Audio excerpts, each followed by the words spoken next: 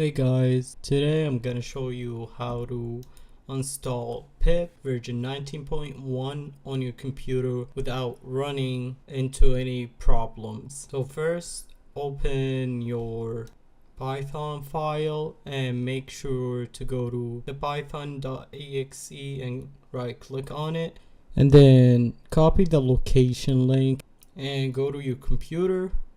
Right click on it, properties, then advanced system settings, go to environmental variables under the advanced tab, and make sure the path is your Python location. And after that, go to the Python folder and go to scripts. Create a local .bat so you can use the command in there.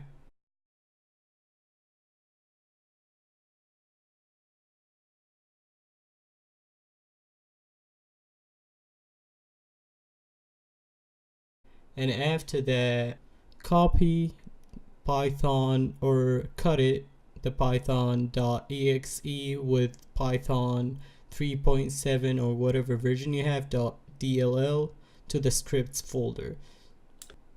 Now you won't run into the problem that Python is not a recognizable command or whatever. And now here you have it, how to install the latest version of pip.